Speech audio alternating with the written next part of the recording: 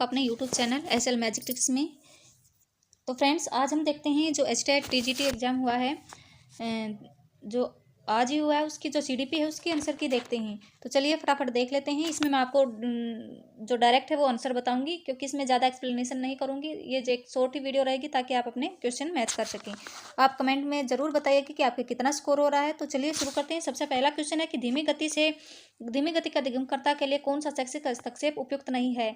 तो यहाँ पे पूछा है कि कौन सा नहीं है। यहाँ पे नहीं वाला है तो त्वरण उपचारात्मक शिक्षण धीमी गति से सीखने के लिए जो रेमेडियल टीचिंग है वो तो बिल्कुल रही होती है। अभ्यास कार्य भी दिया जाता है और सहकारी शिक्षण अधिगम भी होता है।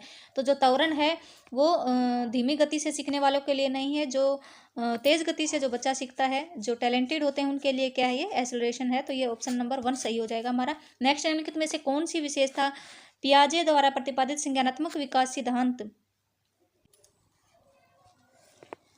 तो पियाजे द्वारा प्रतिपादित संज्ञानात्मक विकास सिद्धांत की मूर्त सक्रियात्मक अवस्था से संबंधित नहीं। यहाँ 3 जो हमारी मूर्त सक्रियात्मक अवस्था है, जिसको कंक्रीट ऑपरेशनल स्टेज बोला जाता है इंग्लिश में, उससे संबंधित कौन सी चीज नहीं है। तो यहाँ पे पलटाव की क्षमता, क्रमबद्धता, जीववाद, संरक्षण। तो इसमें जो तीनों चीज हैं, जो कंजर्वेशन है वो भी इसमें आ जाता है, क्रमबद्धता भी आ जाती है और पलटाव की क्षमता भी आ जाती है। लेकिन जो जीववाद है वो सेकंड स्टेज से संबंधित है। जो हमारी जो सेकंड स्टेज है उससे संबंधित रहेगा एनिमिज्म है, जिसमें नॉन लिविंग थिंग को लिविंग थिंग माना जाता है बच्चे के द्वारा। तो इसका राइट आंसर 3rd होगा।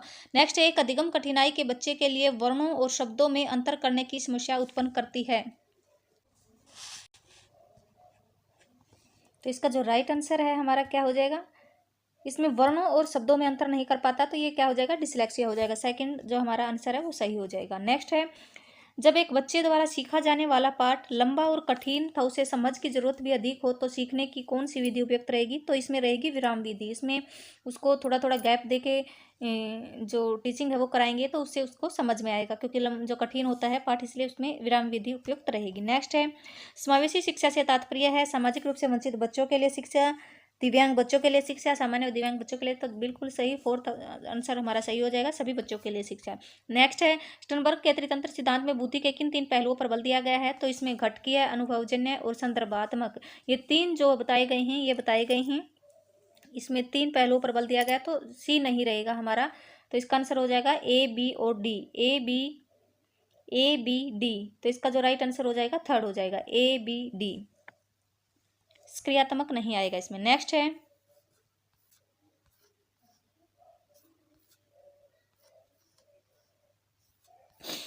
निम्नलिखित में से कौन सा नियम अनुवांशिकता से संबंधित नहीं है। तो अनुवांशिकता से संबंधित कौन सा नियम नहीं रहेगा, समानता का नियम बिल्कुल अनुवांशिकता से संबंधित होता है, भिन्नता का भी, प्रतिगमन का भी। ऑप्शन नंबर 4 नहीं होगा, प्रगति का नियम अनुवांशिकता से संबंधित नहीं होता। नेक्स्ट है, सामाजिक अधिगम के संदर्भ में कौन सी शिक्षण अधिगम रणनीति विद्यार्थियों के लिए सर्वाधिक उपयोगी होंगी। तो जो सोशल लर्निंग है उसके लिए क्षेत्र भ्रमण बिल्कुल सही होगी, भाषण, प्रयोग, मानसिक उद्दीलन। तो सही जो राइट आंसर होगा हमारा क्षेत्र भ्रमण होगा। नेक्स्ट, अधिगम को प्रभावित करने वाले निम्नलिखित कारकों के सही कूट का चयन कीजिए। इसमें अधिगम को कौन कौन से कारक प्रभावित करते हैं। अभिप्रेरणा भी करती है, अभिक्षमता, अभिरुचि, अवधान। तो इसमें जो हमारा एटीट्यूड है, इसमें थोड़ा डाउट है, तो हम एक बार ऑप्शन देख लेते हैं।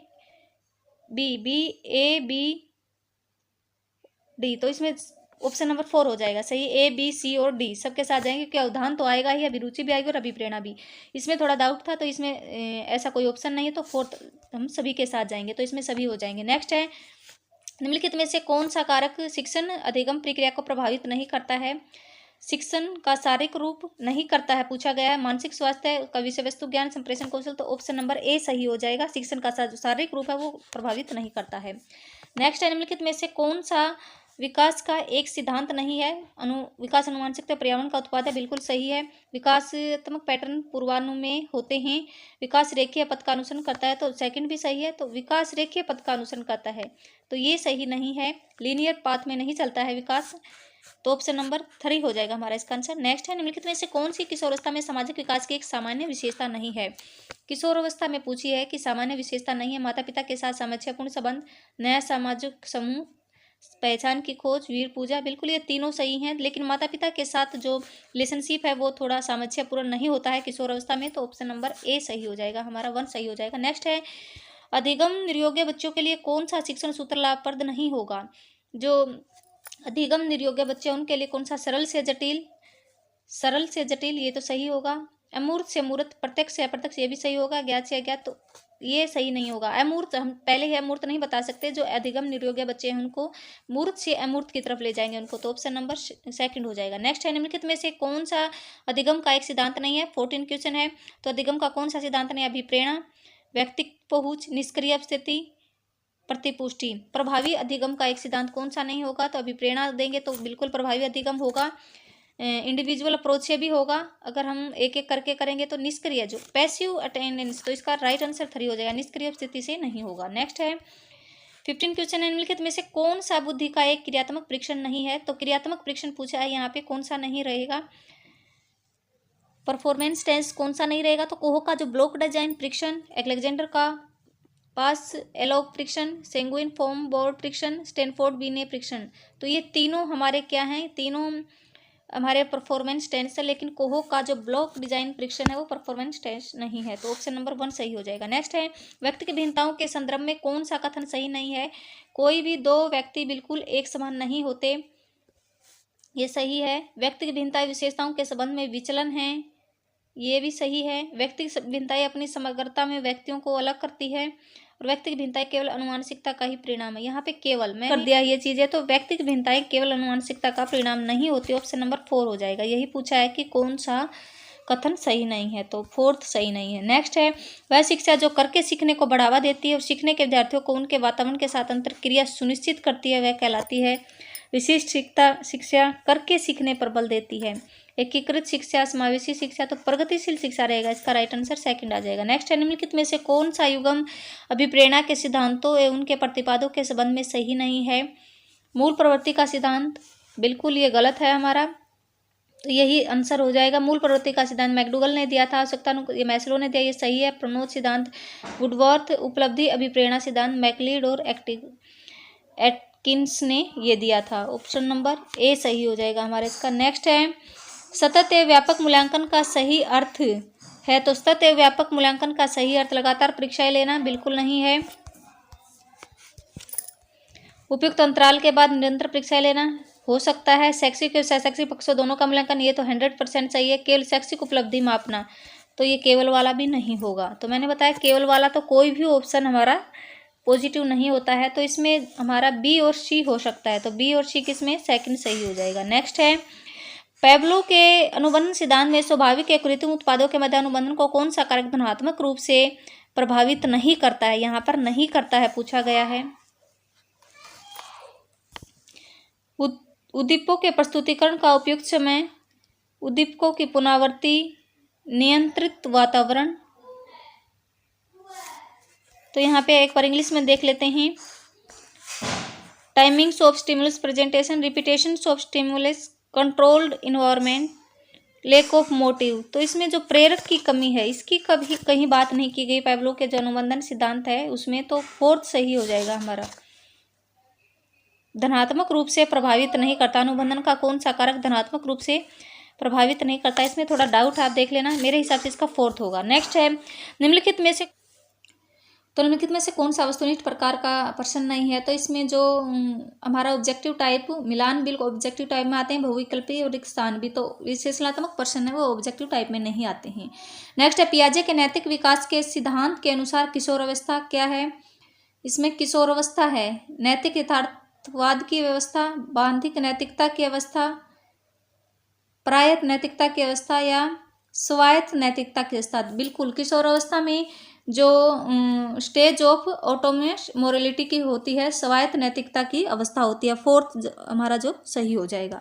नेक्स्ट है, दृष्टिबाधित विद्यार्थियों के लिए कौन सी शिक्षण सहायक सामग्री उपयोगी नहीं होगी, तो ब्रेल लिपि भी होगी बिल्कुल, बोलती किताबें भी, फिल्म स्ट्रिप्स यहाँ पर देख नहीं सकते वो, तो फिल्म स्ट्रिप्स नहीं होंगी, उभरे हुए मानचित्र भी जिसे वो हाथ लगा के थोड़ा महसूस कर सकें, तो जो फिल्म स्ट्रिप्स है वो इसका राइट आंसर हो जाएगा। नेक्स्ट है, तो कोलबर्ग के जो नैतिक विकास के सिद्धांत की कौन सी अवस्थाएं पारंपरिक नैतिकता के स्तर से संबंधित नहीं है, तो यहाँ पे नहीं पूछा है, तो आपको क्वेश्चन को ध्यान से समझना है, तो नहीं पूछा है तो इसमें कौन सी नहीं होगी। इसमें जो कानून से रिलेटेड जो ऑर्डर है और इसमें अच्छा बच्चा या अच्छी बच्ची बनने वाली जो अवस्थाएं हैं वो आ जाएंगी, जो हमारा इस स्टेज में, तो इसमें कौन सा आएगा? इसमें अच्छे अंतर्वैयक्तिक संबंध, बिल्कुल ये आ जाएगा। सामाजिक व्यवस्था बनाए रखना, इसमें एक बार इंग्लिश में मेंटेनिंग द सोशल ऑर्डर, बिल्कुल ये भी कानून, तो ये दोनों आ जाएंगे। ये व्यक्तिवाद और विनिमय और सामाजिक अनुबंधन और व्यक्तिगत अधिकार, ये दोनों नहीं आएंगे। ए और डी, इसमें ए और डी देखे कौन से ऑप्शन में है, तो ऑप्शन नंबर हमारा जो थर्ड है वो सही हो जाएगा। नेक्स्ट है, निम्नलिखित में से कौन सा कारक पर्यावरण कारकों के अंतर्गत बच्चों के विकास को प्रभावित नहीं करता है? तो पर्यावरण कारकों के अंतर्गत पूछा है तो पोषण, गर्भावस्था के दौरान माँ का मानसिक तनाव, दुर्घटनाएं, तो अंतःस्रावी ग्रंथियाँ, तो यहाँ पे जो हमारा पर्यावरणीय कारकों के अंतर अंतःस्रावी ग्रंथियाँ नहीं आती हैं, तो ऑप्शन नंबर 4 सही हो जाएगा हमारा।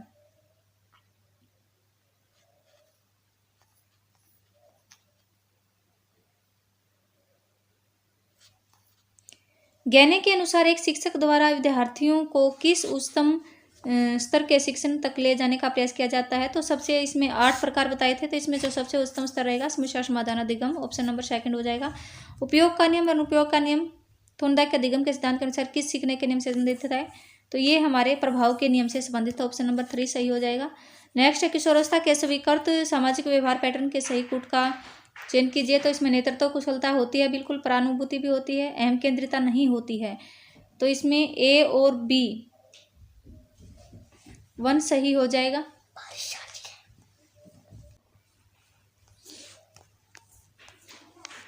नेक्स्ट है, किस मनोवैज्ञानिक के अनुसार बच्चों के संज्ञानात्मक विकास में सामाजिक और सांस्कृतिक कारकों की भूमिका महत्वपूर्ण होती है? तो इसमें सामाजिक और सांस्कृतिक से वाइगोत्सी से संबंधित रहेगा, ऑप्शन नंबर 1 सही हो जाएगा। नेक्स्ट और लास्ट क्वेश्चन रहेगा, अवधान और चिंतन जैसी मानसिक प्रक्रियाओं को द्वारा सीखना कहलाता है, तो इसमें क्या रहेगा? ये रहेगा हमारा संज्ञानात्मक विचार।